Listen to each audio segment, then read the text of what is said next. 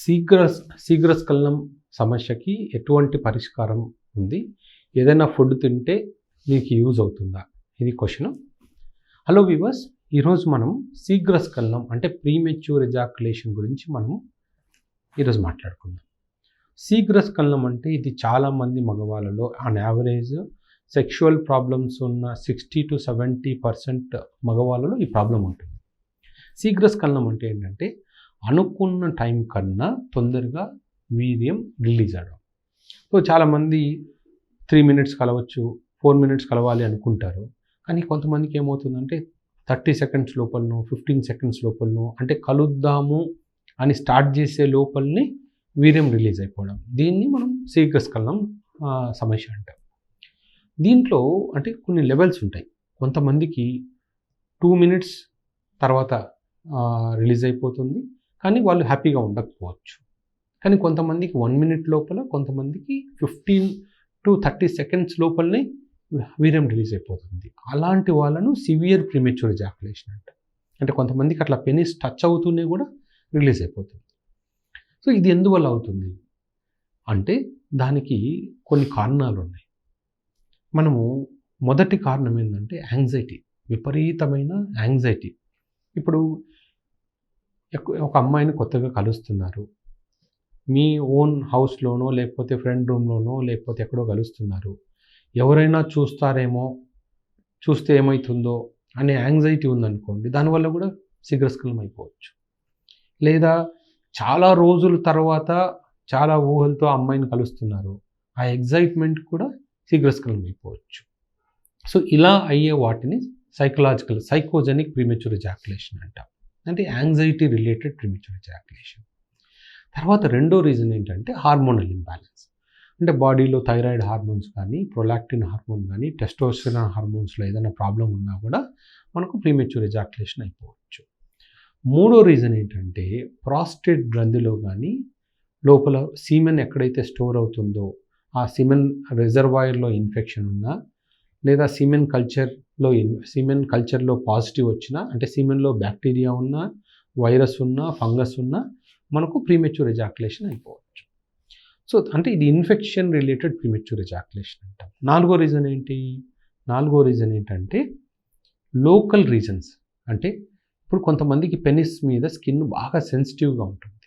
చాలామంది అసలు టచ్ చేస్తూనే డాక్టర్ గారు నాకు టచ్ చేయాలంటేనే భయము, అంత సెన్సిటివ్గా ఉంది అంటారు.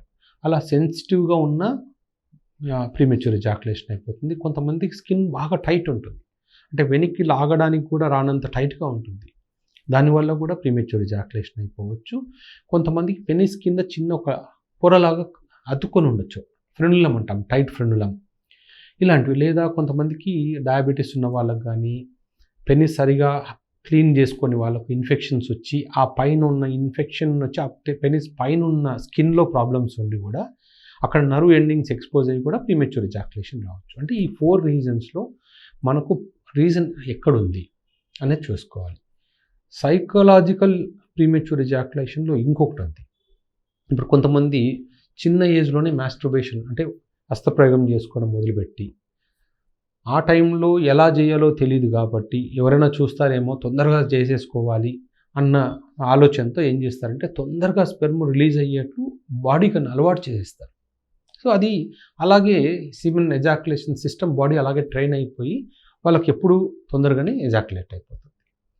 సో ఈ 4 రీజన్స్లో ఏ ప్రాబ్లం ఉందో మనం ఐడెంటిఫై చేసుకొని మనం ట్రీట్ చేసుకోవాలి.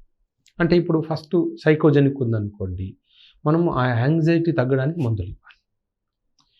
అలాగే హార్మోన్స్లో ప్రాబ్లం ఉందనుకోండి, మనం హార్మోన్స్ని కరెక్షన్ చేయొచ్చు. ఈ 2 చాలా ఈజీగా ట్రీట్ చేయొచ్చు. సో మూడోది ఇన్ఫెక్షన్స్. అంటే ఒకవేళ ఇన్ఫెక్షన్స్ ప్రాస్టేట్లో కానీ సీమెన్లో కానీ ఇన్ఫెక్షన్స్ ఉంటే ఫస్ట్ ఇన్ఫెక్షన్స్ ట్రీట్ చేస్తే మళ్ళీ ఈ యాంగ్జైటీ రిలేటెడ్ మెడికేషన్స్ ఇస్తే మనకు సెట్ అయిపోతుంది. నాలుగోది ఒకవేళ పెనిస్ మీద స్కిన్ బాగా టైట్గా ఉన్నా, అలా ఉన్న వాళ్ళకి ఏంటంటే కొంతమందికి సొంతి ఆపరేషన్ చేస్తాము, కొంతమందికి పీనైల్ సెలెక్టివ్ డీనర్వేషన్ అని ఆపరేషన్ చేస్తాము, కొంతమందికి ఫ్రెండ్లోప్లాస్టీ చేస్తాము, ప్రెపిజియోప్లాస్టీ చేస్తాము. అలాంటి ఏదైనా చిన్న సర్జరీస్, అన్నీ చిన్న సర్జరీసే, ఏది మేజర్ ఆపరేషన్ ఏం కాదు, చేయించుకొని 1 గంట హాస్పిటల్లో ఉండి వెళ్ళిపోయాం, అలాంటివి ఉంటాయి. సో ఇది మనకు ట్రీట్మెంట్ అనేది. కానీ ట్రీట్మెంట్ చాలామంది ఏం చేస్తారు, ఆ డెపాక్సిటిన్ టాబ్లెట్స్ ఎక్కడ మెడికల్ షాప్లో తీసుకొని, డాక్టర్ గారు నేను డెపాక్సిటిన్ వాడాను పనిచేయలేదు, టెడ్లాఫిల్ వాడాను పనిచేయలేదు, సిల్డనాఫిల్ వాడాను పనిచేయలేదు అని ఎందుకంటారు అంటే, రీజన్ తెలియకుండా మనం వాడితే ఓన్లీ సైకోజెనిక్ ప్రాబ్లమ్స్ అంటే యాంగ్జైటీ రిలేటెడ్ ప్రాబ్లమ్స్ ఉన్న వాళ్ళకి డెపాక్సిటిన్ బాగా పనిచేస్తుంది. మిగతా రీజన్స్ ఉన్నాయనుకోండి, ఈ డెపాక్సిటిన్ టెడ్లాఫిల్ కాంబినేషన్ కానీ సిల్డనాఫిల్ డెపాక్సిటిన్ కాంబినేషన్ కానీ పనిచేయదు. సో అందుకని మనం ఎప్పుడైనా సరే ప్రాబ్లం ఎక్కడుందో దాన్ని క్లియర్ చేసుకొని అప్పుడు మనం యాంటీ యాంగ్జైటీ మెడికేషన్స్ కానీ ప్రీమెచ్యూర్ ఎజాక్యులేషన్ మెడికేషన్స్ కానీ వాడాల్సి ఉంటుంది. సో ఇది ట్రీట్మెంట్. సో ఇంకొకటి మనము చాలామంది అడుగుతుంటారు, డాక్టర్ గారు ప్రీమెచ్యూర్ ఎజాక్యులేషన్ ఉన్న వాళ్ళు ఎలాంటి ఫుడ్ తీసుకోవాలి, ఎలాంటి ఫుడ్ తీసుకుంటే ఇంప్రూవ్మెంట్ అవుతుంది అంటే, ఇది ఫస్ట్ 3 ఉన్నాయి కదా, అంటే సైకోజెనిక్ కానీ లోకల్ స్కిన్ ప్రాబ్లమ్స్ కానీ ఇన్ఫెక్షన్స్ కానీ వీళ్ళకి ఎటువంటి ఫుడ్తో ఇది సంబంధమే లేదు. ఓన్లీ కొంతమందికి ఎవరైతే టెస్టోస్టిరాన్ తక్కువ ఉండి వాళ్ళకు టెస్టోస్టిరాన్ ఇంప్రూవ్ చేసుకోవడానికి ఏదైతే ఫుడ్స్ ఉన్నాయో అది తీసుకోవడం వల్ల యూజ్ అవుతుంది. సో ప్రీమెచ్యూర్ ఎజాక్యులేషన్ అనేది 99% పేషెంట్స్లో ఇది ఫుడ్తో సంబంధం లేదు.